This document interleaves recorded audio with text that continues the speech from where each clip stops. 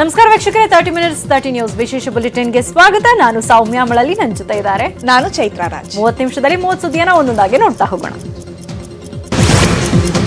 ಪೌರತ್ವ ಕಿಚ್ಚುಗೆ ಗೋಲಿಬಾರ್ ನಡೆದಿದ್ದ ಮಂಗಳೂರಿನಲ್ಲಿ ಮತ್ತೆ ಸಿಎಎ ಕಿಚ್ಚು ಹೆಚ್ಚಾಗಿದೆ. ಇದೀಗ ಪೌರತ್ವ ತಿದ್ದುಪಡಿ ಕಾಯ್ದೆಯನ್ನು ಬೆಂಬಲಿಸಿ ಬಿಜೆಪಿಯ ಬೃಹತ್ ಸಮಾವೇಶ ನಡೀತಾ ಇದೆ.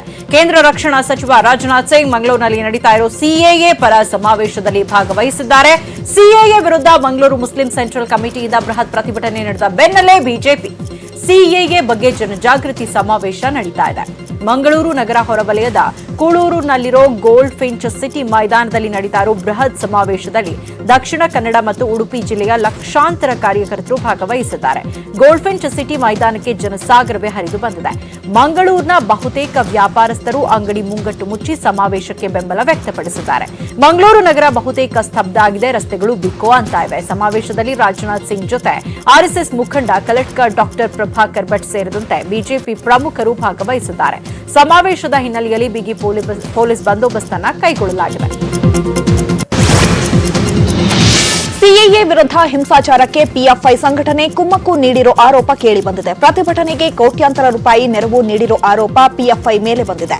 134 ಕೋಟಿ ಹಣ ಸಂಗ್ರಹಿಸಿದ ಆರೋಪ ಸಹ ಪಿಎಫ್ಐ ಮೇಲಿದ್ದು, ಜಾರಿ ನಿರ್ದೇಶನಾಲಯ 73 ಬ್ಯಾಂಕ್ ಖಾತೆಗಳನ್ನು ತನಿಖೆ ನಡೆಸ್ತಾ ಇದೆ. ಅಲ್ಲದೆ ಕಪಿಲ್ ಸಿಬಲ್, ಇಂದಿರಾ ಜೈಸಿಂಗ್ ಸೇರಿ ಸುಪ್ರೀಂ ಕೋರ್ಟ್ನ ಹಿರಿಯ ವಕೀಲರಿಗೆ ಪಿಎಫ್ಐನಿಂದ ಹಣ ಸಂದಾಯ ಆಗಿರೋ ಮಾಹಿತಿ ಇಡಿಗೆ ಸಿಕ್ಕಿದೆ. ಪಿಎಫ್ಐ ಸಂಘಟನೆಗೆ ಹಣ ಸಂದಾಯ ವಿಚಾರವಾಗಿ ದೆಹಲಿಯಲ್ಲಿ ಮಾತನಾಡಿರೋ ಬಿಜೆಪಿ ವಕ್ತಾರ ಸಂಬಿತ್ ಪಾತ್ರ, ಪಿಎಫ್ಐಗೆ ವಿದೇಶದಿಂದ ಹಣ ಸಂದಾಯವಾಗಿದ್ದು, ಈ ಹಣವನ್ನ ಕಾಂಗ್ರೆಸ್ನವರಿಗೆ ನೀಡಿರೋದು ಇಡಿ ತನಿಖೆಯಲ್ಲಿ ಬಯಲಾಗಿದೆ ಅಂತ ಹೇಳಿದ್ದಾರೆ. ಇನ್ನು ಹಾವೇರಿಯಲ್ಲಿ ಪ್ರತಿಕ್ರಿಯಿಸಿರೋ ಗೃಹ ಸಚಿವ ಬಸವರಾಜ ಬೊಮ್ಮಾಯಿ, ದಾಖಲೆ, ಬ್ಯಾಂಕ್ ಖಾತೆ ಎಲ್ಲವನ್ನ ಪರಿಶೀಲಿಸ್ತಾ ಇದ್ದೀವಿ, ಎಲ್ಲಾ ಮಾಹಿತಿ ಪಡೆದು ಮುಂದಿನ ಕ್ರಮವನ್ನ ಕೈಗೊಳ್ಳೋದಾಗಿ ಹೇಳಿದ್ದಾರೆ. ಏನೋ ಪಿಎಫ್ಐಗೆ ಪಾಕಿಸ್ತಾನದಿಂದ ಹಣ ಬರ್ತಾ ಇದೆ ಅಂತ ಬಿಜೆಪಿ ಶಾಸಕ ಬಸನಗೌಡ ಪಾಟೀಲ್ ಯತ್ನಾಳ್ ಆರೋಪವನ್ನ ಮಾಡಿದ್ದಾರೆ. ಪಿಎಫ್ಐ ಎಸ್ಡಿಪಿಎಸ್ ಸಂಘಟನೆಯನ್ನ ನಿಷೇಧ ಮಾಡಬೇಕು ಅಂತ ವಿಜಯಪುರದಲ್ಲಿ ಮನವಿಯನ್ನ ಮಾಡಿದ್ದಾರೆ. ಆದರೆ ತಮ್ಮ ಮೇಲಿನ ಆರೋಪ ನಿರಾಧಾರ. ಹಾದಿಯಾ ಕೇಸ್ನಲ್ಲಿ ಹಿರಿಯ ವಕೀಲರಿಗೆ ಶುಲ್ಕ ನೀಡಲಾಗಿತ್ತು ಅಂತ ಪಿಎಫ್ಐ ಮಾಧ್ಯಮ ಪ್ರಕಟಣೆ ಹೊರಡಿಸಿದೆ. ಮಿಣಿ ಪೌಡರ್ ಹೇಳಿಕೆ ಟ್ರೋಲ್ಗೆ ಮಾಜಿ ಸಿಎಂ ಕುಮಾರಸ್ವಾಮಿ ಆಕ್ರೋಶ ವ್ಯಕ್ತಪಡಿಸಿದ್ದಾರೆ. ನನ್ನ ಬಗ್ಗೆ ಕೀಳಾಗಿ ವೈರಲ್ ಮಾಡ್ತಾ ಇದ್ದಾರೆ. ಇದು ಬಿಜೆಪಿ ಕಾರ್ಯಕರ್ತರ ವಿಕೃತ ಮನೋಭಾವ, ಬಿಜೆಪಿಯವರ ಸಂಸ್ಕೃತಿ ಅಂತ ಎಚ್ಡಿಕೆ ಕಿಡಿಕಾರಿದ್ದಾರೆ. ಚನ್ನಪಟ್ಟಣದಲ್ಲಿ ಪ್ರತಿಕ್ರಿಯಿಸಿದ ಎಚ್ಡಿಕೆ, ಒಂದು ದೊಡ್ಡ ಕಂಟೈನರ್ನಲ್ಲಿ ಬಾಂಬ್ ಇದೆ, ಸ್ಫೋಟವಾದರೆ ಸಾವಿರಾರು ಜನ ಸಾಯ್ತಾರೆ ಅಂತ ಹೇಳಿದ್ರು. ಒಂದು ಸಮಾಜದ ಬಗ್ಗೆ ಕೆಟ್ಟ ಭಾವನೆ ಮೂಡಿಸಬೇಕೆಂದು ಅವರ ಮನಸ್ಸಿನಲ್ಲಿತ್ತು. ಆದ್ರೆ ಅವರೇ ಈಗ ಎಕ್ಸ್ಪೋಸ್ ಆಗಿರೋದ್ರಿಂದ ಅದನ್ನ ಮುಚ್ಕೊಳ್ಳೋದಕ್ಕೆ ಆಗ್ತಾ ಇಲ್ಲ. ಅದಕ್ಕಾಗಿ ಈ ಕಥೆಗಳನ್ನ ಕಟ್ಟಿಕೊಂಡಿದ್ದಾರೆ ಅಂತ ತಿರುಗೇಟನ್ನ ಕೊಟ್ಟಿದ್ದಾರೆ. ಅಲ್ಲದೆ ಆರೋಪಿಯೇ ಸಲ್ಫರ್ ಪೌಡರ್ ಇತ್ತು ಅಂದಿದ್ದಾನೆ. ಅಧಿಕಾರಿಗಳು ಎಡವಿದ್ದಾರೆಂದು ಹೇಳಿದ್ದಾರೆ. ನಾನು ಕತೆ ಕಟ್ಟಿಲ್ಲ, ವರದಿ ಮೇಲೆ ಹೇಳಿಕೆ ಕೊಟ್ಟಿದ್ದೇನೆ. ಈ ಬಗ್ಗೆ ವಿಧಾನಸಭೆಯಲ್ಲೂ ಚರ್ಚಿಸ್ತೀನಿ ಅಂತ ಹೇಳಿದ್ದಾರೆ. ರಾಜ್ಯ ಸಚಿವ ಸಂಪುಟ ವಿಸ್ತರಣೆ ಆಗುತ್ತಾ ಇಲ್ವಾ? ಈಗಂತೂ ರಾಜ್ಯ ರಾಜಕಾರಣದಲ್ಲಿ ಬರೀ ಇದರದ್ದೇ ಚರ್ಚೆಯಾಗಿದೆ. ಏನೇ ಆದ್ರೂ ಈ ತಿಂಗಳ ಅಂತ್ಯದೊಳಗೆ ಮಾಡೇ ಮಾಡ್ತೀವಿ ಅಂತಿದ್ದಾರೆ ಯಡಿಯೂರಪ್ಪ. ಹೀಗಾಗಿ ಬೆಂಗಳೂರು, ದೆಹಲಿಯಲ್ಲಿ ಭಾರಿ ಕಸರತ್ತುಗಳು ನಡೀತಾ ಇವೆ. ಒಬ್ಬೊಬ್ಬರು ಒಂದೊಂದು ಮಾರ್ಗದ ಮೂಲಕ ಲಾಬಿಯನ್ನ ಮಾಡ್ತಿದ್ದಾರೆ. ಧವಳಗಿರಿಯಿಂದ ಹಿಡಿದು ದಿಲ್ಲಿಯವರೆಗೂ ಸಚಿವ ಆಕಾಂಕ್ಷಿಗಳದ್ದೇ ಹೆಜ್ಜೆ ಗುರುತು. ಯಾರಿಗೂ ಗೊತ್ತಾಗದಂತೆ ನೇರ ದಿಲ್ಲಿಗೆ ಹೋಗಿಬಿಟ್ಟಿದ್ದಾರೆ ಉಮೇಶ್ ಕತ್ತಿ. ಜೆಪಿ ನಡ್ಡಾ ಸೇರಿ ಪಕ್ಷದ ಹಿರಿಯರನ್ನ ಭೇಟಿ ಮಾಡೋ ಉದ್ದೇಶದಿಂದ ಕತ್ತಿ ದೆಹಲಿಗೆ ಹೋಗಿದ್ದಾರೆ. ಇಲ್ಲೊಂದು ಇಂಟ್ರೆಸ್ಟಿಂಗ್ ವಿಷಯ ಅಂದ್ರೆ, ಯಡಿಯೂರಪ್ಪ ನೇರ ದಿಲ್ಲಿಗೆ ಹೋಗದಿದ್ರು ಉಳಿದವರೆಲ್ಲ ಹೋಗಿ ಲಾಬಿ ಮಾಡೋ ಕೆಲಸ ಆಗ್ತಾ ಇದೆ. ಈ ಮಧ್ಯೆ ಅಶೋಕ್ ಸೋತ ಶಾಸಕರಿಗೆ ಶಾಕ್ ಕೊಟ್ಟಿದ್ದಾರೆ. ಸೋತವರಿಗೆ ಸಚಿವ ಸ್ಥಾನ ಇಲ್ಲವೇ ಇಲ್ಲ ಎಂದಿದ್ದಾರೆ. ಇನ್ನು ಸಂಪುಟ ವಿಸ್ತರಣೆ ಬೆನ್ನಲ್ಲೇ ಇದೀಗ ತ್ಯಾಗದ ಮಾತು ಕೇಳಿ ಬರ್ತಾ ಇದೆ. ನಿನ್ನೆ ಮಾಧುಸ್ವಾಮಿ ಆಯಿತು, ಇವತ್ತು ಗೋವಿಂದ ಕಾರಜೋಳ ಕೂಡ ಅದೇ ಮಾತನ್ನ ಹೇಳ್ತಿದ್ದಾರೆ. ಸರ್ಕಾರದ ಉಳಿವಿಗಾಗಿ ಪಕ್ಷ ಬಯಸಿದರೆ ಸಚಿವ ಸ್ಥಾನ ತ್ಯಾಗ ಮಾಡ್ತೀನಿ ಅಂತಿದ್ದಾರೆ ಹಿರಿಯ ನಾಯಕರು. ಇನ್ನು ಸಂಪುಟ ವಿಸ್ತರಣೆ ವಿಚಾರದಲ್ಲಿ ನಿನ್ನೆ ತ್ಯಾಗದ ಮಾತನಾಡಿದ ಸಚಿವ ಮಾಧುಸ್ವಾಮಿ ಇವತ್ತು ಉಲ್ಟಾ ಹೊಡೆದಿದ್ದಾರೆ. ಬೆಂಗಳೂರಿನಲ್ಲಿ ಪ್ರತಿಕ್ರಿಯಿಸಿದ ಸಚಿವರು, ಸಚಿವ ಸ್ಥಾನ ತ್ಯಾಗ ಬಗ್ಗೆ ನಾನು ತೀರ್ಮಾನಿಸಿಲ್ಲ. ಸಂಪುಟ ವಿಸ್ತರಣೆ ವೇಳೆ ಸಮಸ್ಯೆ ಆದ್ರೆ, ಸಿಎಂಗೆ ಏನಾದ್ರೂ ಸಮಸ್ಯೆ ಆದ್ರೆ ಏನ್ ಮಾಡ್ತೀರಿ ಅಂತ ನಿನ್ನೆ ಗಣರಾಜ್ಯೋತ್ಸವದ ಸಂದರ್ಭದಲ್ಲಿ ಮಾಧ್ಯಮ ಪ್ರತಿನಿಧಿಗಳು ಪ್ರಶ್ನೆಯನ್ನ ಮಾಡಿದ್ರು. ಈ ವೇಳೆ ಸಚಿವ ಸ್ಥಾನ ತ್ಯಾಗ ಮಾಡ್ತೀನಿ ಎಂದಿದ್ದೆ, ಹಾಗಂತ ನಾನೇನು ಸಚಿವ ಸ್ಥಾನ ತ್ಯಾಗ ಮಾಡುವ ಬಗ್ಗೆ ತೀರ್ಮಾನ ಮಾಡಿಲ್ಲ ಅಂತ ಹೇಳಿದ್ರು. ಸಂಪುಟ ಪುನರ್ರಚನೆ ಬಗ್ಗೆ ಸಿಎಂ ಚರ್ಚಿಸಿಲ್ಲ. ಸಚಿವ ಸಂಪುಟ ವಿಸ್ತರಣೆ ಬಗ್ಗೆ ಮಾತ್ರ ಸಿಎಂ ಆಲೋಚನೆ ಮಾಡ್ತಾ ಇದ್ದಾರೆ. ಇರುವ ಸಚಿವರನ್ನ ತೆಗೆದು ಬೇರೆಯವರನ್ನ ಮಂತ್ರಿ ಮಾಡುವ ಬಗ್ಗೆ ಸಿಎಂ ಯಾವುದೇ ಚರ್ಚೆ ಮಾಡಿಲ್ಲ ಅಂತ ಹೇಳಿದ್ರು. ಇನ್ನು ಬಸನಗೌಡ ಯತ್ನಾಳ್ ಹೇಳಿಕೆ ಬಗ್ಗೆ ಪ್ರತಿಕ್ರಿಯಿಸಿದ ಸಚಿವರು, ಯತ್ನಾಳ್ ಅವರು ಅವರ ಅಭಿಪ್ರಾಯ ಹೇಳಿದ್ದಾರೆ, ಆದ್ರೆ ನಾನು ರಾಜೀನಾಮೆ ನೀಡುವ ಸಂದರ್ಭ ಬಂದಿಲ್ಲ ಅಂತ ತಿರುಗೇಟನ್ನ ಕೊಟ್ಟಿದ್ದಾರೆ. ಇನ್ನೊಂದೆಡೆ ಕರಾವಳಿ ಭಾಗಕ್ಕೆ ಸಚಿವ ಸ್ಥಾನ ನೀಡುವಂತೆ ಕರಾವಳಿಯ ಬಿಜೆಪಿ ಶಾಸಕರು ಆರ್ಎಸ್ಎಸ್ ನಾಯಕರ ಬಳಿ ಲಾಬಿ ಮಾಡುತ್ತಿದ್ದಾರೆ. ಹೀಗಾಗಿ 13 ಮಂದಿ ಬಿಜೆಪಿ ಶಾಸಕರಿರೋ ಕರಾವಳಿ ಭಾಗಕ್ಕೆ ಅವಕಾಶ ಕೊಡಿ ಅಂತ ಆರ್ಎಸ್ಎಸ್ ಮುಖಂಡರು ಬಿಜೆಪಿಗೆ ಸಲಹೆಯನ್ನ ಕೊಟ್ಟಿದ್ದಾರೆ. ಕರಾವಳಿ ಭಾಗದಲ್ಲಿ ಬಿಜೆಪಿ ಆರ್ಎಸ್ಎಸ್ ಬಲವಾಗಿದೆ. ಎಲ್ಲಾ ಸಂದರ್ಭದಲ್ಲೂ ಜನ ನಮ್ಮ ಜೊತೆ ಇರ್ತಾರೆ. ಹೀಗಾಗಿ ಒಬ್ಬರನ್ನಾದ್ರೂ ಮಂತ್ರಿ ಮಾಡಿ ಅಂತ ಸಲಹೆ ಕೊಟ್ಟಿರೋ ಆರ್ಎಸ್ಎಸ್ ನಾಯಕರು ಉಡುಪಿ ಜಿಲ್ಲೆಯ ಕಾರ್ಕಳ ಬಿಜೆಪಿ ಶಾಸಕ ಸುನಿಲ್ ಕುಮಾರ್, ಕುಂದಾಪುರ ಶಾಸಕ ಹಾಲಾಡಿ ಶ್ರೀನಿವಾಸ್ ಶೆಟ್ಟಿ ಅಥವಾ ದಕ್ಷಿಣ ಕನ್ನಡದ ಸುಳ್ಯ ಶಾಸಕ ಎಸ್ ಅಂಗಾರ ಈ ಮೂವರಲ್ಲಿ ಒಬ್ಬರನ್ನಾದ್ರೂ ಸಂಪುಟಕ್ಕೆ ತೆಗೆದುಕೊಳ್ಳುವಂತೆ ಸಲಹೆಯನ್ನ ಕೊಟ್ಟಿದ್ದಾರೆ. ಇನ್ನೊಂದೆಡೆ ಬಾಗಲಕೋಟೆಯ ಬೀಳಗಿ ಶಾಸಕ ಮುರುಗೇಶ್ ನಿರಾಣಿ ಕೂಡ ಸುಮ್ಮನೆ ಕೂತಿಲ್ಲ. ಮಂತ್ರಿ ಸ್ಥಾನಕ್ಕಾಗಿ ಮುರುಗೇಶ್ ನಿರಾಣಿ ಹೊಸ ಪ್ಲಾನ್ ಅನ್ನ ಕಂಡುಕೊಂಡಿದ್ದಾರೆ. ಬಿಎಸ್ವೈ ಬಿಟ್ಟು ಬಿಎಲ್ ಸಂತೋಷ್ ಮೂಲಕ ಲಾಬಿಯನ್ನ ಮಾಡ್ತಿದ್ದಾರೆ. ವಚನಾನಂದ ಸ್ವಾಮೀಜಿ ಗಲಾಟೆ ಮಾಡಿದ ದಿನದಿಂದಲೂ ಬಿಎಸ್ವೈ ಜೊತೆ ಅಂತರ ಕಾಯ್ದುಕೊಂಡಿದ್ದ ನಿರಾಣಿ ಈಗ ಬಿಎಲ್ ಸಂತೋಷ್ಗೆ ಹತ್ತಿರವಾಗಿ ಸಚಿವ ಸ್ಥಾನಕ್ಕೆ ಲಾಬಿ ಮಾಡ್ತಿದ್ದಾರೆ ಅಂತ ಹೇಳಲಾಗ್ತಿದೆ. ಎಲ್ಲರಿಗೂ ಒಂದು ಚಿಂತೆ ಆದ್ರೆ ಶ್ರೀರಾಮುಲುಗೆ ಮಾತ್ರ ಡಿಸಿಎಂ ಹುದ್ದೆಯದ್ದೇ ಚಿಂತೆ. ಶ್ರೀರಾಮುಲುಗೆ ಡಿಸಿಎಂ ಪಟ್ಟ ಕೊಡೋಕೆ ಹೈಕಮಾಂಡ್ ಗ್ರೀನ್ ಸಿಗ್ನಲ್ ಕೊಡುತ್ತಾ ಇಲ್ವಾ ಅನ್ನೋ ಟೆನ್ಷನ್ಗೆ ಇನ್ನೂ ಮುಕ್ತಿ ಸಿಕ್ಕಿಲ್ಲ. ಹೈಕಮಾಂಡ್ ಓಕೆ ಅಂದಿದ್ರೂ ಕೂಡ ಸಿಎಂ ಯಡಿಯೂರಪ್ಪರಿಂದ ಒಪ್ಪಿಗೆ ಸಿಕ್ಕಿಲ್ಲ ಅನ್ನೋ ಗುಮಾನಿ ಎದ್ದಿದೆ. ಸಾಹುಕಾರ್ ಬ್ರದರ್ಸ್ ಒತ್ತಡದಿಂದಾಗಿ ಸಿಎಂಗೆ ಟೆನ್ಷನ್ ಮೇಲೆ ಟೆನ್ಷನ್. ರಮೇಶ್ ಜಾರಕಿಹೊಳಿ ಪರ ಬಾಲಚಂದ್ರ ಜಾರಕಿಹೊಳಿ ಭಾರೀ ಲಾಭಿ ಮಾಡ್ತಾ ಇದ್ದಾರೆ. ಹೀಗಾಗಿ ರಾಮುಲು ಬದಲಿಗೆ ರಮೇಶ್ಗೆ ಕೊಡಬೇಕಾ ಬೇಡವಾ ಅನ್ನೋ ಟೆನ್ಷನ್ ಬಿಎಸ್ವೈ ರದ್ದು. ಸಹೋದರರ ಒತ್ತಡಕ್ಕೆ ಸಿಲುಕಿ ಇದೀಗ ವಿಲವಿಲ ಅಂತ ಬಿಎಸ್ವೈ ಒದ್ದಾಡ್ತಾ ಇದ್ದಾರೆ. ಹೈಕಮಾಂಡ್ ಆದೇಶದಿಂದಾಗಿ ಯಾರಿಗೆ ಕೊಡೋದು ಅನ್ನೋ ಇಕ್ಕಟ್ಟಿನಲ್ಲಿ ಸಿಲುಕಿದ್ದಾರೆ ಬಿಎಸ್ವೈ. ಈ ಮಧ್ಯೆ ವಾಲ್ಮೀಕಿ ಪೀಠದ ಸ್ವಾಮೀಜಿ ಪ್ರಸನ್ನಾನಂದಪುರಿ ಶ್ರೀಗಳು ರಾಮುಲು ಅವರನ್ನ ಭೇಟಿಯಾದರು. ಒಂದೇ ಸಮುದಾಯದ ರಾಮುಲು ಹಾಗೂ ರಮೇಶ್ ಜಾರಕಿಹೊಳಿ ನಡುವೆ ಡಿಸಿಎಂ ಹುದ್ದೆಗಾಗಿ ಸ್ಪರ್ಧೆ ಏರ್ಪಟ್ಟ ಹಿನ್ನೆಲೆಯಲ್ಲಿ ಈ ಭೇಟಿ ಕುತೂಹಲ ಮೂಡಿಸಿದೆ. ಸಂಪುಟ ವಿಸ್ತರಣೆ ಪಟ್ಟಿಗೀಗ ಹೊಸ ಹೆಸರು ಸೇರ್ಪಡೆಯಾಗಿದೆ. ಯಲಬುರ್ಗಾ ಶಾಸಕ ಹಾಲಪ್ಪ ಆಚಾರ ಸೈಲೆಂಟ್ ಆಗಿ ಲಾಬಿ ಮಾಡುತ್ತಿದ್ದಾರೆ. ಹೈಕಮಾಂಡ್ ನಾಯಕರೊಬ್ಬರ ಮೂಲಕ ಲಾಬಿಯನ್ನ ಮಾಡಿಸುತ್ತಿದ್ದಾರೆ. ಸಾಧ್ಯವಾದರೆ ಸಂಪುಟಕ್ಕೆ ತೆಗೆದುಕೊಳ್ಳಿ ಅಂತ ಹೈಕಮಾಂಡ್ನ ಪ್ರಭಾವಿ ನಾಯಕರೊಬ್ಬರಿಂದ ಸಿಎಂಗೆ ಸಲಹೆಯನ್ನ ನೀಡಿಸಿದ್ದಾರೆ. ಸಂಪುಟ ಸೇರೋಕೆ ಇಷ್ಟೆಲ್ಲ ಆಗ್ತಿರುವಾಗಲೇ ಹಾಲಪ್ಪ ಆಚಾರ್ಗೆ ಶಾಕ್ ಒಂದು ಕಾದಿತ್ತು. ಪದವೀಧರ ವಿದ್ಯಾರ್ಥಿಗಳಿಗೆ ಲ್ಯಾಪ್ಟಾಪ್ ನೀಡುವಂತೆ ಆಗ್ರಹಿಸಿ ಧಾರವಾಡದಲ್ಲಿ ಪ್ರತಿಭಟನೆ ನಡೆಯಿತು. ಧಾರವಾಡ ಜಿಲ್ಲಾಧಿಕಾರಿ ಕಚೇರಿ ಎದುರು ಎನ್ಎಸ್ಯುಐ ನೇತೃತ್ವದಲ್ಲಿ ಪ್ರತಿಭಟನೆ ನಡೀತಾ ಇತ್ತು. ಮೈತ್ರಿ ಸರ್ಕಾರದಲ್ಲಿ ಎಲ್ಲಾ ಪದವಿ ವಿದ್ಯಾರ್ಥಿಗಳಿಗೆ ಲ್ಯಾಪ್ಟಾಪ್ ನೀಡಲಾಗಿತ್ತು. ಆದರೆ ಬಿಜೆಪಿ ಸರ್ಕಾರದಲ್ಲಿ ಮೊದಲನೇ ವರ್ಷದ ಪದವಿ ವಿದ್ಯಾರ್ಥಿಗಳಿಗೆ ಮಾತ್ರ ನೀಡಲಾಗ್ತಿಲ್ಲ. ಎಲ್ಲಾ ವಿದ್ಯಾರ್ಥಿಗಳಿಗೂ ನೀಡುವಂತೆ ಒತ್ತಾಯವನ್ನ ಮಾಡಲಾಗಿದೆ. ಬಿಜೆಪಿ ಕಥೆ ಇದಾದ್ರೆ ಕಾಂಗ್ರೆಸ್ನದ್ದು ಅದೇ ಕಥೆ. ಕೆಪಿಸಿಸಿ ಅಧ್ಯಕ್ಷ ಸ್ಥಾನದ ಆಯ್ಕೆ ವಿಚಾರ ಗಜ ಪ್ರಸವದಂತಾಗಿದೆ. ಕಳೆದ 4 ದಿನಗಳಿಂದ ಡಿಕೆ ಶಿವಕುಮಾರ್ ದೆಹಲಿಯಲ್ಲೇ ಬೀಡ್ ಬಿಟ್ಟಿದ್ದಾರೆ. ಎಐಸಿಸಿ ಅಧ್ಯಕ್ಷೆ ಸೋನಿಯಾ ಗಾಂಧಿ ಭೇಟಿಗಾಗಿ ತೀವ್ರ ಪ್ರಯತ್ನವನ್ನ ಮಾಡ್ತಾ ಇದ್ದಾರೆ. ಅಹಮದ್ ಪಟೇಲ್ ಮತ್ತಿತರರ ಮೂಲಕ ಲಾಭಿ ಮಾಡ್ತಾ ಇದ್ದು ಎಲ್ಲರ ಪ್ರಯತ್ನಗಳು ವಿಫಲ ಆಗ್ತಾ ಇದೆ. ಈ ಹಿನ್ನೆಲೆಯಲ್ಲಿ ಸೋನಿಯಾ ಬಳಿ ಮಾತನಾಡಲು ಡಿಕೆಶಿ ನಿಶ್ಚಯಿಸಿದ್ದಾರೆ. ತಮ್ಮ ವಿರುದ್ಧದ ಕೇಸುಗಳಿಂದ ಪಟ್ಟ ಕೈ ತಪ್ಪುತ್ತಿರಬಹುದೆಂಬ ಹಿನ್ನೆಲೆಯಲ್ಲಿ ಸೋನಿಯಾ ಜೊತೆಯೇ ಮಾತನಾಡಲು ಮುಂದಾಗಿದ್ದಾರೆ. ಇನ್ನೊಂದೆಡೆ ಡಿಕೆಶಿಗೆ ಪಟ್ಟ ತಪ್ಪಿಸಲು ಸಿದ್ದರಾಮಯ್ಯ ಕೂಡ ಪ್ಲಾನ್ ಮಾಡ್ತಾ ಇದ್ದು ಅದರ ಭಾಗವಾಗಿಯೇ ನಿನ್ನೆ ಖರ್ಗೆ ಅವರನ್ನ ಭೇಟಿಯಾಗಿದ್ದಾರೆ ಎನ್ನಲಾಗ್ತಾ ಇದೆ. ಈ ವೇಳೆ ಮಲ್ಲಿಕಾರ್ಜುನ್ ಖರ್ಗೆಗೆ ಕೆಪಿಸಿಸಿ ಅಧ್ಯಕ್ಷರಾಗುವಂತೆ ಸಿದ್ದರಾಮಯ್ಯ ಒತ್ತಡ ಹಾಕಿದ್ದಾರಂತೆ.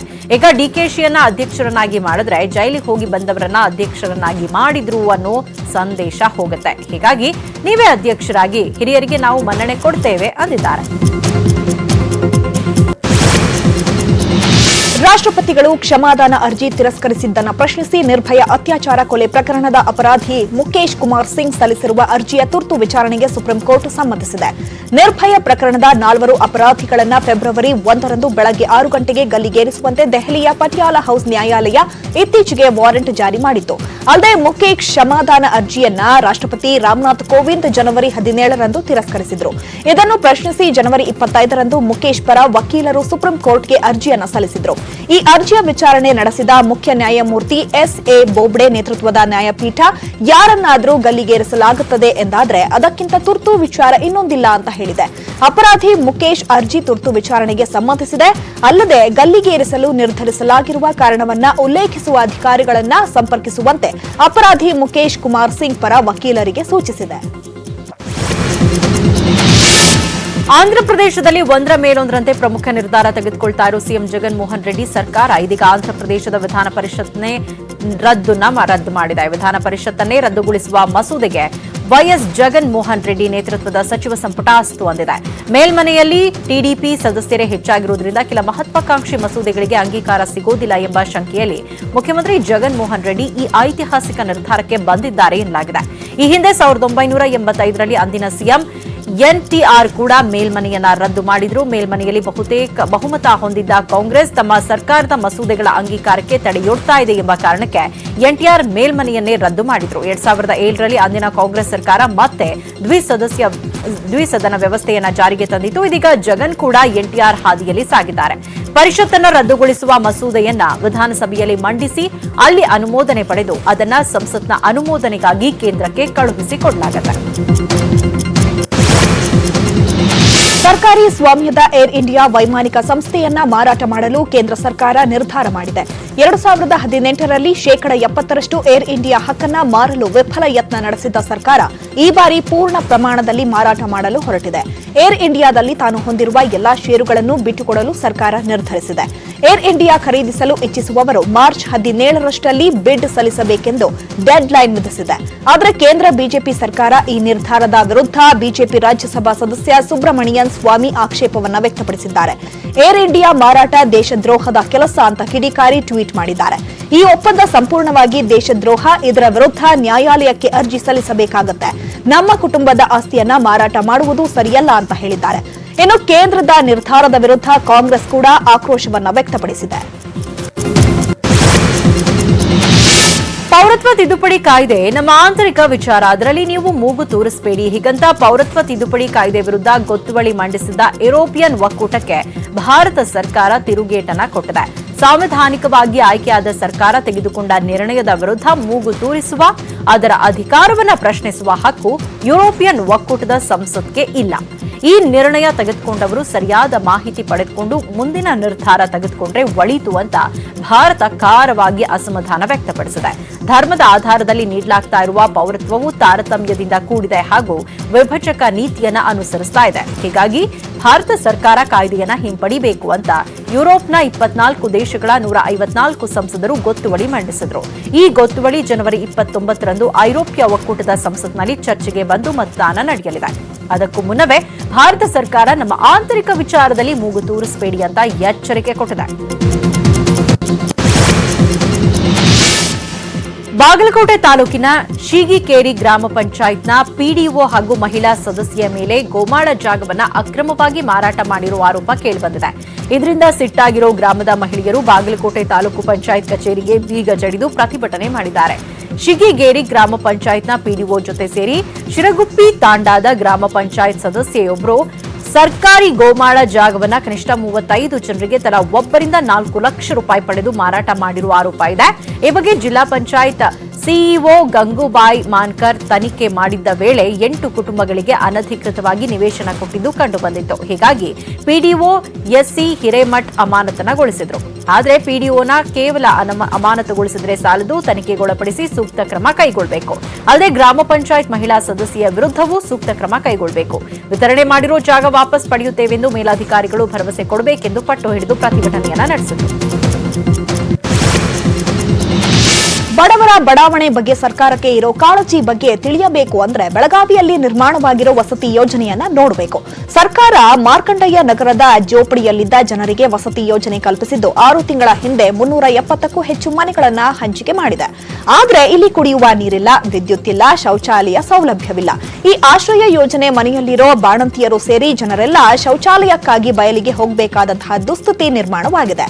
ಹೆಸ್ಕಾಂನವರು ಕಂಬಗಳನ್ನ ತಂದು ಹಾಕಿದ್ದಾರೆ, ಕರೆಂಟ್ ಕನೆಕ್ಷನ್ ಕಲ್ಪಿಸಿಲ್ಲ. ಮಕ್ಕಳು ಮೇಣದ ಬೆಳಕಿನಲ್ಲಿ ವಿದ್ಯಾಭ್ಯಾಸವನ್ನ ಮಾಡ್ತಿದ್ದಾರೆ. ಕರೆಂಟ್ ಕನೆಕ್ಷನ್ ಇಲ್ಲದೆ ಇರೋದ್ರಿಂದ ಆಶ್ರಯವಾಸಿಗಳು ಮೊಬೈಲ್ ಟಾರ್ಚ್ ಮಾಡ್ಕೋಬೇಕಾದ್ರೆ 5 ರೂಪಾಯಿ ಕೊಡಬೇಕು. ಅವ್ಯವಸ್ಥೆ ಬಗ್ಗೆ ಸ್ಲಂ ಬೋರ್ಡ್, ಮಹಾನಗರ ಪಾಲಿಕೆ, ಜಿಲ್ಲಾಧಿಕಾರಿಗೆ ಅನೇಕ ಬಾರಿ ದೂರು ನೀಡಿದ್ರೂ ಪ್ರಯೋಜನವಾಗಿಲ್ಲ. ಅಲ್ಲದೆ ಮನೆ ನಿರ್ಮಾಣ ಕಾಮಗಾರಿ ಪೂರ್ಣಗೊಳ್ಳುವ ಮೊದಲೇ ಹಿಂದಿನ ಜಿಲ್ಲಾಧಿಕಾರಿ ಆರ್ ವಿಶಾಲ್ ಹಂಚಿಕೆ ಮಾಡಿದ್ದಾರೆ. ಹಂಚಿಕೆಯಲ್ಲಿ ಗೋಲ್ಮಾಲ್ ಆಗಿದೆ ಅಂತ ಬೆಳಗಾವಿ ಉತ್ತರ ಶಾಸಕರೇ ಆರೋಪವನ್ನ ಮಾಡ್ತಾರೆ. ನೆರೆಯ ಆಂಧ್ರಪ್ರದೇಶ ರಾಜ್ಯದಲ್ಲಿ ಒಟ್ಟು 79 ಕನ್ನಡ ಮಾಧ್ಯಮದ ಶಾಲೆಗಳಿವೆ. ಬಳ್ಳಾರಿ ಗಡಿ ಭಾಗಕ್ಕೆ ಹೊಂದಿಕೊಂಡಿರೋ ಅನಂತಪುರ, ಕರ್ನೂಲು ಜಿಲ್ಲೆಯಲ್ಲಿ ಅತಿ ಹೆಚ್ಚು ಕನ್ನಡ ಶಾಲೆಗಳಿವೆ. ಆದರೆ ಆಂಧ್ರಪ್ರದೇಶ ಸರ್ಕಾರ ಅಲ್ಲಿನ ಕನ್ನಡ ಮಾಧ್ಯಮ ಶಾಲೆ ಮುಚ್ಚಲು ಮುಂದಾಗಿದೆ. 2020-21ನೇ ಸಾಲಿನಲ್ಲಿ ಆಂಧ್ರದಲ್ಲಿ ಪ್ರಾಥಮಿಕ ಶಾಲೆಗಳನ್ನು ಇಂಗ್ಲಿಷ್ ಮಾಧ್ಯಮ ಶಾಲೆಗಳನ್ನಾಗಿ ಕಾರ್ಯನಿರ್ವಹಿಸಲು ಸಿಎಂ ಜಗನ್ ರೆಡ್ಡಿ ಸರ್ಕಾರ ಆದೇಶವನ್ನು ನೀಡಿದೆ. ಬಿಇಒ ಮೂಲಕ ಡಿಕ್ಲರೇಷನ್ ಪತ್ರವನ್ನು ಆಯಾ ಗ್ರಾಮ ಪಂಚಾಯತ್, ಎಸ್ಟಿಎಂಸಿ ಹಾಗೂ ಪಾಲಕರಿಗೆ ಕಳುಹಿಸಲಾಗಿದೆ. ಈ ಡಿಕ್ಲರೇಷನ್ ಪತ್ರದಲ್ಲಿ ಮಾತೃಭಾಷೆ ತೆಲುಗು ಇಲ್ಲವೇ ಇಂಗ್ಲಿಷ್ ಮಾಧ್ಯಮವನ್ನ ಮಾತ್ರ ಆಯ್ಕೆ ಮಾಡಬೇಕು. ಇಂಗ್ಲಿಷ್ ಇಲ್ಲವೇ ತೆಲುಗು ಭಾಷೆ ಆಯ್ಕೆ ಬಿಟ್ಟರೆ ಬೇರೆ ದಾರಿಯಿಲ್ಲ. ಕಳೆದೊಂದು ತಿಂಗಳ ಹಿಂದೆ ಈ ಬಗ್ಗೆ ಮುನ್ಸೂಚನೆ ನೀಡಿದರೂ ನಮ್ಮ ರಾಜ್ಯ ಸರ್ಕಾರ ನಿರ್ಲಕ್ಷ್ಯ ವಹಿಸಿತ್ತು. ಇದೀಗ ಕನ್ನಡ ಮಾಧ್ಯಮ ಶಾಲೆಗಳಿಗೆ ಡಿಕ್ಲರೇಷನ್ ಪತ್ರ ಕಳುಹಿಸಿದ್ದು ಇಂಗ್ಲಿಷ್ ಇಲ್ಲವೇ ತೆಲುಗು ಭಾಷೆಯನ್ನು ಅನಿವಾರ್ಯವಾಗಿ ಆಯ್ಕೆ ಮಾಡಿಕೊಳ್ಬೇಕಾಗಿದೆ. ಇಷ್ಟಾದರೂ ನಮ್ಮ ಸರ್ಕಾರ ಮಾತ್ರ ಗಾಢ ನಿದ್ರೆಯಿಂದ ಎದ್ದಿಲ್ಲ. ಇನ್ನು ಮುಂದೆ ಪ್ರತಿ ಶನಿವಾರ ಮಕ್ಕಳು ಶಾಲೆಗೆ ಬ್ಯಾಗ್ ಒಯ್ಯುವಂತಿಲ್ಲ. ಬರುವ ಶೈಕ್ಷಣಿಕ ವರ್ಷದಿಂದ ಪ್ರತಿ ಶನಿವಾರ ಬ್ಯಾಗ್ಲೆಸ್ ಡೇ. ಅಂದು ಮಕ್ಕಳಿಗೆ ಪಾಠ ಇರುವುದಿಲ್ಲ. ಇನ್ನು ಮುಂದೆ ಶನಿವಾರ ಪಠ್ಯೇತರ ಚಟುವಟಿಕೆ ಇರುತ್ತೆ. ಶಿಕ್ಷಣ ಸಚಿವ ಸುರೇಶ್ ಕುಮಾರ್ ಕಲಬುರಗಿಯಲ್ಲಿ ಈ ಮಾಹಿತಿಯನ್ನ ಕೊಟ್ಟಿದ್ದಾರೆ. ಶನಿವಾರದಂದು ವಿದ್ಯಾರ್ಥಿಗಳು ಶಾಲೆಗೆ ಪುಸ್ತಕಗಳ ಬ್ಯಾಗ್ ಹೊತ್ಕೊಂಡು ಬರಬೇಕಿಲ್ಲ. ಶನಿವಾರ ಶಾಲೆಯಲ್ಲಿ ಕಥೆ ಇತರ ಚಟುವಟಿಕೆಗಳ ಮೂಲಕ ಬೋಧಿಸಲಾಗುವುದು ಅಂತ ಸಚಿವರು ತಿಳಿಸಿದ್ದಾರೆ. ಇದು ಪ್ರತಿ ಶನಿವಾರ ಜಾರಿಗೆ ತರಬೇಕು ಅಥವಾ ವಾರದಲ್ಲಿ 2 ಶನಿವಾರ ಜಾರಿಗೆ ತರಬೇಕು ಅನ್ನೋ ಬಗ್ಗೆ ಚರ್ಚೆ ನಡೀತಾ ಇದೆ. ಬರುವ ಶೈಕ್ಷಣಿಕ ವರ್ಷದ ಸಂದರ್ಭದಲ್ಲಿ ಈ ಬಗ್ಗೆ ಘೋಷಣೆ ಮಾಡಲಾಗುವುದು ಅಂತ ಸಚಿವರು ಮಾಹಿತಿಯನ್ನ ನೀಡಿದ್ದಾರೆ.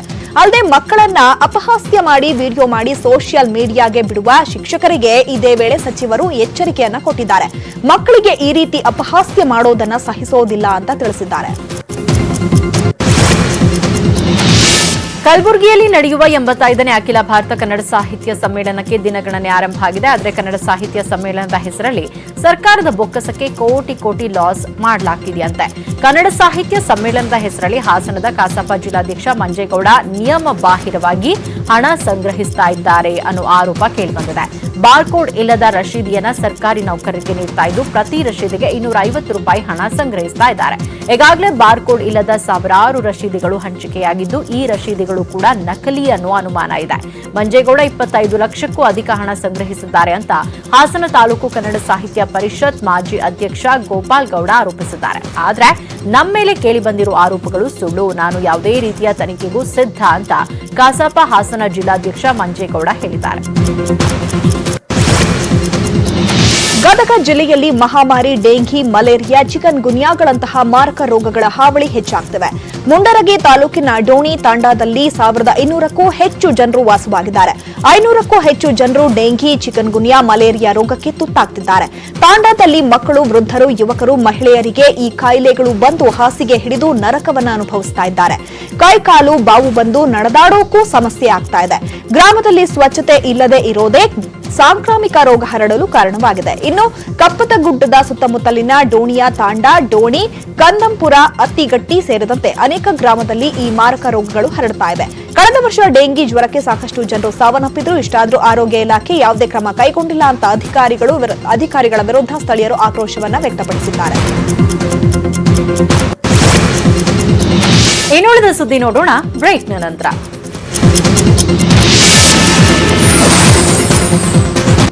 Welcome back. ಉಳಿದ ಸುದ್ದಿಗಳನ್ನು ನೋಡೋಣ.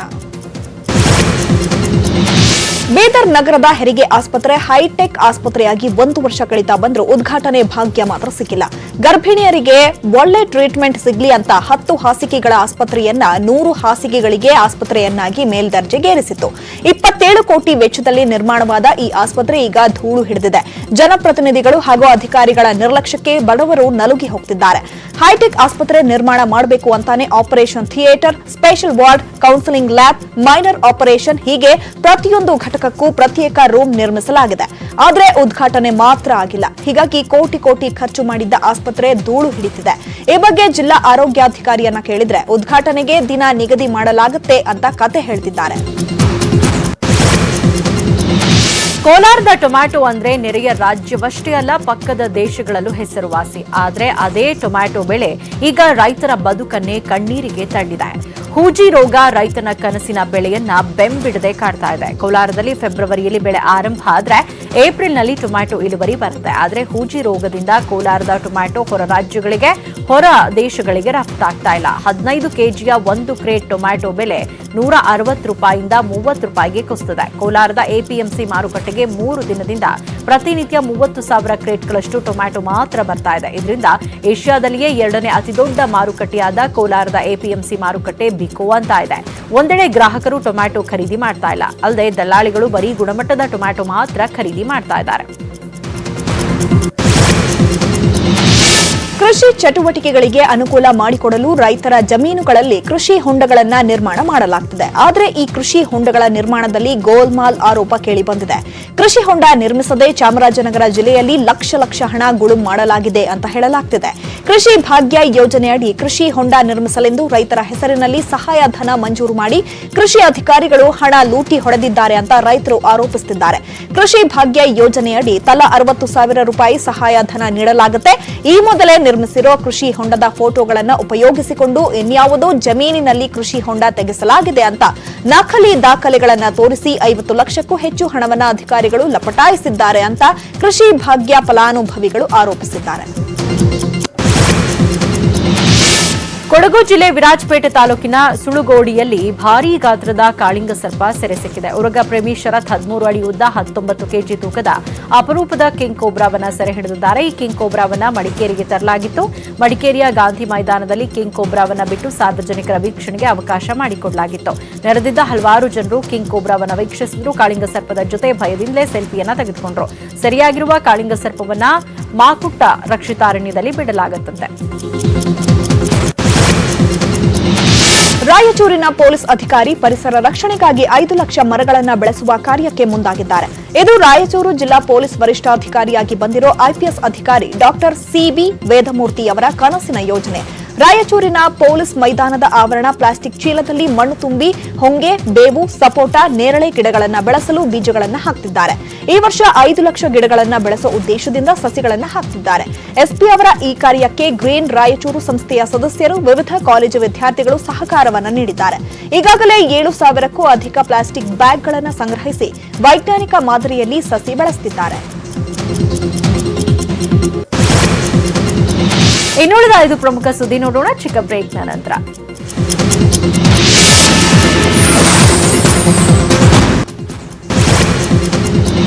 ಚಾಲೆಂಜಿಂಗ್ ಸ್ಟಾರ್ ದರ್ಶನ್ಗೆ ಪ್ರಾಣಿ ಪಕ್ಷಿಗಳು ಅಂದ್ರೆ ತುಂಬಾ ಇಷ್ಟ. ಬ್ರೇಕ್ ಸಿಕ್ಕಾಗಲೆಲ್ಲ ಕ್ಯಾಮೆರಾ ಹಿಡಿದು ವೈಲ್ಡ್ ಲೈಫ್ ಫೋಟೋಗ್ರಫಿ ಮಾಡಲು ಕಾಡುಗಳಿಗೆ ಹೊರಟು ಬಿಡ್ತಾರೆ. ಇತ್ತೀಚೆಗಷ್ಟೇ ರಾಬರ್ಟ್ ಶೂಟಿಂಗ್ ಮುಗಿಸಿರೋ ದಚ್ಚು ಸದ್ಯ ಫ್ರೀ ಆಗಿದ್ದಾರೆ. ಹೀಗಾಗಿಯೇ ತಮ್ಮ ಗೆಳೆಯರ ಜೊತೆ ದರ್ಶನ್ ಉತ್ತರಾಖಂಡದತ್ತ ಮುಖ ಮಾಡಿದ್ದಾರೆ. ಅಲ್ಲಿನ ರಾಜಾಜಿ ನ್ಯಾಷನಲ್ ಪಾರ್ಕ್ನಲ್ಲಿ ದರ್ಶನ್ ಪ್ರಾಣಿ ಪಕ್ಷಿಗಳ ಫೋಟೋ ಸೆರೆ ಹಿಡಿತಾ ಇದ್ದಾರೆ. ನದಿ ದಂಡೆಯಲ್ಲಿ ಕೂತು ಫೋಟೋ ಕ್ಲಿಕ್ಕಿಸುತ್ತಿರೋ ಫೋಟೋ ಒಂದು ಸದ್ಯ ಎಲ್ಲಾ ಕಡೆ ವೈರಲ್ ಆಗಿದೆ. ಆಗಿದ್ದು ಸಖತ್ ಕ್ರೇಜ್ ಸೃಷ್ಟಿಸಿದೆ.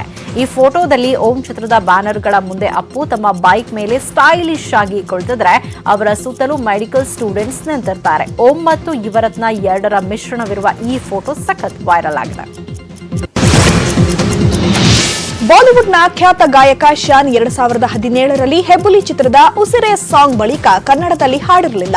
ಈಗ 3 ವರ್ಷಗಳ ನಂತರ ಮತ್ತೆ ಸ್ಯಾಂಡಲ್ವುಡ್ಗೆ ವಾಪಸ್ ಆಗಿದ್ದಾರೆ. ಮದುವೆ ಮಾಡ್ರಿ ಸರಿ ಹೋಗ್ತಾನೆ ಚಿತ್ರದ ಜಾನಪದ ಸಿದ್ಧ ಹೀರೋದಯ ಕದ್ದ ಎಂಬ ಹಾಡಿಗೆ ಧ್ವನಿಯಾಗಿದ್ದಾರೆ. ಸಂಪೂರ್ಣವಾಗಿ ಉತ್ತರ ಕರ್ನಾಟಕ ಡೈಲಾಗ್ಸ್ ಇರುವ ಈ ಚಿತ್ರದ ಸಾಂಗ್ ಕೂಡ ಅದೇ ಶೈಲಿಯಲ್ಲಿವೆ. ಅನನ್ಯ ಭಟ್ ಜೊತೆಗೆ ಶಾನ್ ಡ್ಯುಯೆಟ್ ಹಾಡಿದ್ದಾರೆ.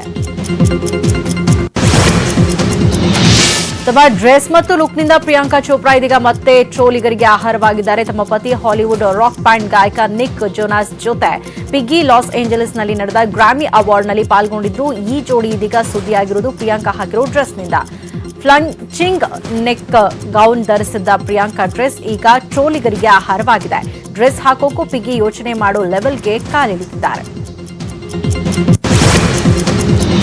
ಪೌರತ್ವ ತಿದ್ದುಪಡಿ ಕಾಯ್ದೆಯ ಪರವಾಗಿ ಮಂಗಳೂರಿನಲ್ಲಿ ಬಿಜೆಪಿಯ ಜನಜಾಗೃತಿ ಸಮಾವೇಶ ನಡೆದಿದೆ. ಕೋಳೂರಿನಲ್ಲಿರೋ ಗೋಲ್ಡ್ ಫಿಂಚ್ ಸಿಟಿ ಮೈದಾನದಲ್ಲಿ ನಡೀತಾ ಇರೋ ಬೃಹತ್ ಸಮಾವೇಶದಲ್ಲಿ ಲಕ್ಷಾಂತರ ಜನ ಭಾಗಿಯಾಗಿದ್ದಾರೆ. ಸಮಾವೇಶದಲ್ಲಿ ಭಾಗಿಯಾಗಿರೋ ಕೇಂದ್ರ ರಕ್ಷಣಾ ಸಚಿವ ರಾಜನಾಥ್ ಸಿಂಗ್ ಇದೀಗ ಲಕ್ಷಾಂತರ ಜನರನ್ನ ಉದ್ದೇಶಿಸಿ ಮಾತನಾಡುತ್ತಿದ್ದಾರೆ.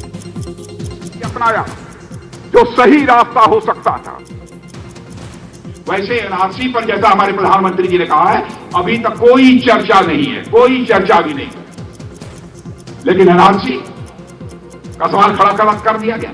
हमारे मुस्लिम समुदाय के लोगों में एक भय पैदा करने की कोशिश की जा रही है, सेंस ऑफ फियर,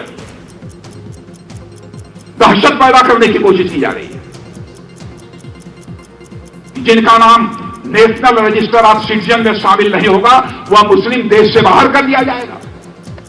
मैं इस देश के मुस्लिम भाइयों को मैं यकीन दिलाना चाहता हूं कि जो भी मुसलमान भाई हमारे भारत का नागरिक है उसे कोई छू नहीं सकता, उसे टच नहीं कर सकता। बहनों भाइयों, वह भारत का नागरिक बना रहेगा, मैं उन्हें पूरा भरोसा दिलवाता हूं।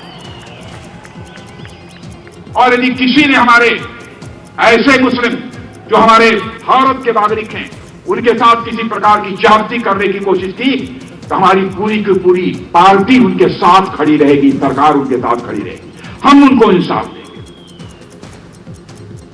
अपने प्रधानमंत्री की मंशा को मैं अच्छी तरह जानता हूं बहनों भाई। हमारे प्रधानमंत्री नरेंद्र भाई मोदी को कितनी पीड़ा होती है जब जात के आधार पर, पंथ के आधार पर, मजहब के आधार पर जब भेदभाव किया जाता है, डिस्क्रिमिनेशन किया जाता है।